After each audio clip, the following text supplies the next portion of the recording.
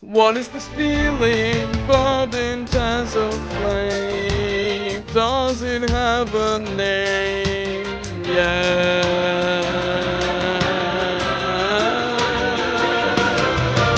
Loathing, unadulterated loathing. For your face, your voice, your clothing. Let's just say, I love it all. Or at least that's how I used to feel about Wicked. Okay, let's make a long story short. When I was younger, and in the musical scene, still in the musical scene, but when I was younger and liked musicals and whatnot, I knew about Wicked, and I did not want to see it ever. I don't know why. I thought it was like Heathers, but with a green witch. I didn't even know it was unrelated to the Wizard of Oz. But I understand. I was wrong. It's a really good musical, and I should have got on the hype train a lot sooner. But it took my friend dragging me to the cinemas for me to finally see the error of my ways. I understand now. Wicked is really wicked. Yeah! So, yeah, I've been slightly obsessed with Wicked for a while now. Since I saw the movie, I was like, oh my god, this movie is so good. Actually, no, after I got out of the cinema, I was so pissed off because all of the characters were so mean to Elphaba, and I just loved Elphaba so much from this movie. This movie was fantastic, and it made me feel things. Like, I'm never worked up. I'm never angry about things. Like how I was angry after seeing this movie, because it was just, oh my god, I was frustrated with the other characters, because they were so mean to Elphaba. But yeah, long story short, loved the movie. 10 out of 10. It is the musical movie. I thought it was fantastic. They did everything right. And it's my own personal headcanon that Fiyero, he looks old because he never graduated university because he kept on jumping around to different ones. That's my headcanon. That's my headcanon. Anyway, so what is a man to do when he, loves Wicked so much? Oh, well, you watch the second part of the musical. That's what you do. And you think it's pretty good? Yeah, I thought it was great. And then you proceed to watch a bunch of YouTube videos about The Wizard of Oz and Wicked and everything. And you think about it, and you ponder, and you really have a thought. And the thought is, I should read the book, but not actually read it, because I don't read things. That sounds really bad. No, I decided that I would listen to the audiobook during work, because my work lets me listen to random shit. So, for the past couple days, I have been listening to Wicked, Life and Times of the Wicked Witch of the West. And it's good! I know what happens in the plot, because I watched a bunch of recap videos, but I'm up to the part where Elphaba is out of the... Is it like a... What is it? Like a clergy? A nunnery? I don't know. But she basically is now back on the road, and she's with her son, but she doesn't know it's her son, and they're heading to Fiero's family's house. But I just gotta say, I think the book's pretty good. Like, people have made the book out to seem really weird, and it is weird. It has a lot of problematic elements. It is abhorrent with some things, but it's a fun read. I'm quite enjoying it, and I'm just enjoying Wicked overall. I don't know, I'm obsessed. I'm crazy obsessed. But the book, basically, we start off with, like, a bunch of scenes where Elphaba's, like, growing up with her family and stuff. And her dad in the book is a lot nicer than her dad in the movie. Like, there's this really cute scene where they're talking about how her dad has this little nickname for her, and it's just between them, and it's Fabula or something like that. But I thought that was super cute, and I'm kind of sad that they don't have a better relationship in the musical and movie as they do. Like, obviously, they don't have a great relationship in the book, and, like, that's obvious, but it's a lot better than the movie. It's a lot better than the movie. And I think it's cute that, like, just the family dynamic. I thought it was very sweet in the early aspects of the book. Obviously, not a good family, because, they don't end up being that great by the end of it, but you know, it's a significant step up. But we also follow Elphaba through her university days, and I just gotta say, I actually love Glinda in this book. I love Glinda so much. In the movie, I like Glinda. I like Glinda as somebody's gonna get mad in the comments because I'm gonna say this now. I like Glinda in the movie as a villain. Like, obviously, I get it, she's not an actual villain. Duh. But, like, she has a lot of villainous tendencies, and we haven't gotten to the second act of the musical where she gets a lot better as a person. So, for now, she's a villain in my eyes. In the movie. She's not... At the later half, she becomes more tolerable as a person in my eyes, but I like her as a character. I think she's fun, she's funny. Ariana Grande does a fantastic job acting her. But in the book, I think she's wonderful. I think she's absolutely delightful. She is so stuck up, but I feel her friendship with Elphaba is a lot more present, in a way. Like, they get along better in the book. Even though there is, like, a thing where Glinda's like, "How dare you, Elphaba? I will never be seen around you," for, like, a lot of their interactions. But she always, like, doesn't ever tell Elphaba to piss off or anything, and she's not as high society as she is in the movie. She's more like, she's in the middle of that kind of, well, I would say she's at the lower end of the high society spectrum in the book. And I think that's kind of cute that, like, obviously, both Elphaba and Glinda come from high society backgrounds, but, like, they're both not that tippity top, so there's not as much of a, like, power imbalance as there is in the movie and musical. I'm not saying it's bad. I'm not saying the power imbalance they have is bad. I think it's just topical character writing. But I really enjoy that. Like, there's this one scene where Glinda is thinking about her sorcery course, and she's trying to practice sorcery, and she makes Elphaba's, like, sandwich explode. And Elphaba and her just laugh it off, and I think Nessa Rose and Nanny are there at that time. And they're all just, like, really good pals, and they have a lot of talking about religious iconography and whatever. But it's just, it's so cute, it's so sweet. I think they get along lovely in the book, and it's kind of, it's very cute, it's very cute. And now, Buck. Me and Buck. Bro is not a nice person in the musical at all. I think, okay, personally, I think I do not like Buck in the musical at all as a character. Like, he serves his point. As a person, he's not good. I don't like him. I don't like him one bit, especially because he asked Nessa out and then lies to her face when she's like, "You only asked me out because of my disability." And he's like, "No, I didn't," because he saw Glinda kissing Fiera, and I think he's detestable. In the book, he's still kind of a douche. He's very incel. He's an incel in the book. I don't like him that much, but he's more bearable just in the way that we spend more time with him. So he's not as alien to us, but he's not very nice in the book either. He's a peeping Tom, and that's just, bro, like, focus on your exams, man. You're failing those, and they pointed out in the book. They're like, Buck is failing his exams. He's gonna go and spy on girls. Like, bro, get a life. And then Elphaba's like, "Yeah, I'll take you to see Glinda, but only if I get to watch the shit show." And I think that's hilarious. Elphaba's just great. Elphaba's lovely in this book. I think she's fantastic. And I like that they, like, in the book, they describe her in a lot of very mean-spirited ways, because she is meant to be this othered person.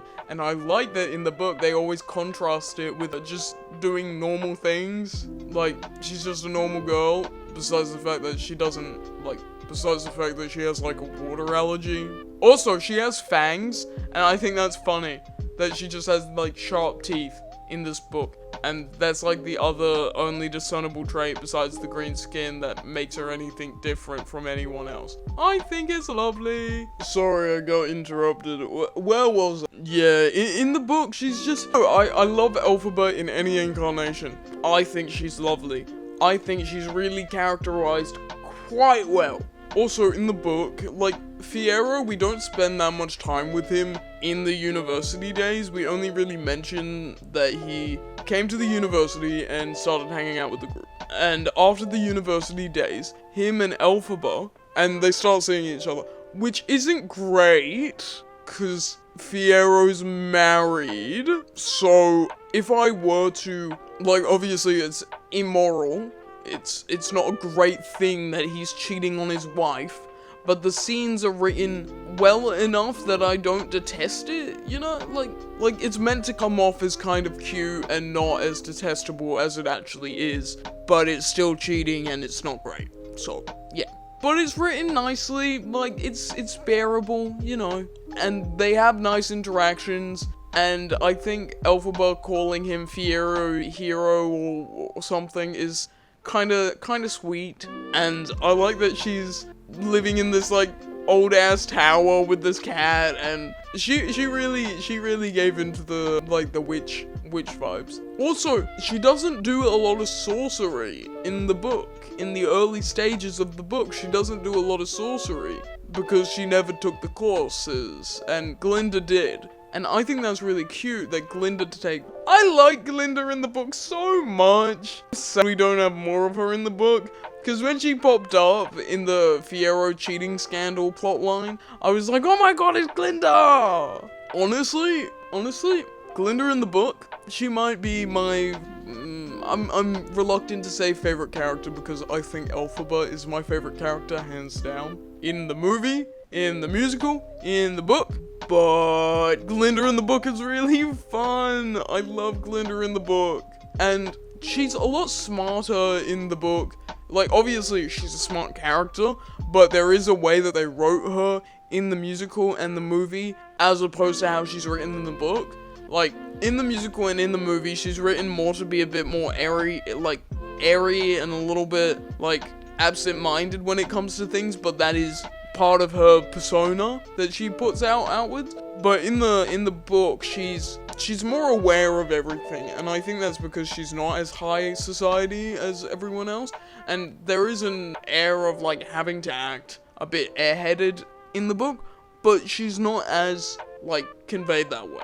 Anyway, yeah, so I'm up to the part where Elphaba's making her journey to Fiyero's family's house after Fiyero dies. I thought the murder scene was tasteful, I guess? Like, I don't know, I thought out of everything, it was the least described thing in the book. Like, there was like 1 or 2 lines where it was just like, oh, that must have been his blood and it got on the cat. And I thought it was very, like, well done as a subtle thing. If that makes sense. I don't know if it does. I don't know. But, yeah, so that's where I'm up to. And I'm just listening to the audiobook on YouTube. You know, the free audiobook that's 33 hours long for the first 2 books. Oh my god, I'm gonna have so much stuff to listen to at work. But yeah, it's a really good time. It's a really good fun time, the book. And if you're not okay with a little bit of weird stuff happening, because there is weird stuff in the book, I'm not excusing that. It's got a lot of racist elements, it's got some weird shit. Maybe don't listen to it, or maybe don't read it. But the writing style is quite whimsical, and I really do enjoy the religious commentary in it. I didn't think I was, but I think it's cute that cute, it's religion. I think it's kind of interesting that they call one of the religions the religion of the unnamed god, and they just don't have a name for the god, therefore the unnamed god. I think that's fun. I think it's funny. But yeah, I'm enjoying it. I'm really quite liking this book. Now, let's talk about the elephant in the room. After reading the book, and, well, not reading, after listening to the book, and especially the university days, do I think Gelfie is canon in the book? I mean, cause here's the thing, right? I've been in the discourse, like, not the discourse, no. I've seen the movie, I've seen the musical, there's a lot of subtext. I mean, loathing. What is this feeling? Fervent as a flame? Yeah. Does it have a name? You know.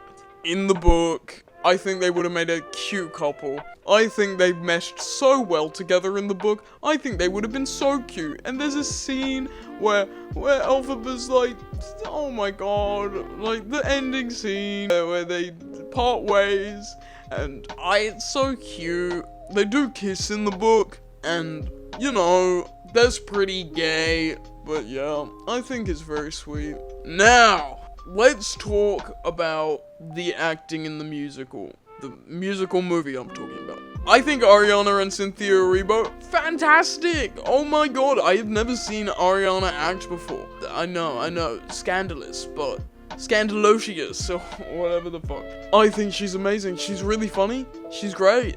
Fantastic.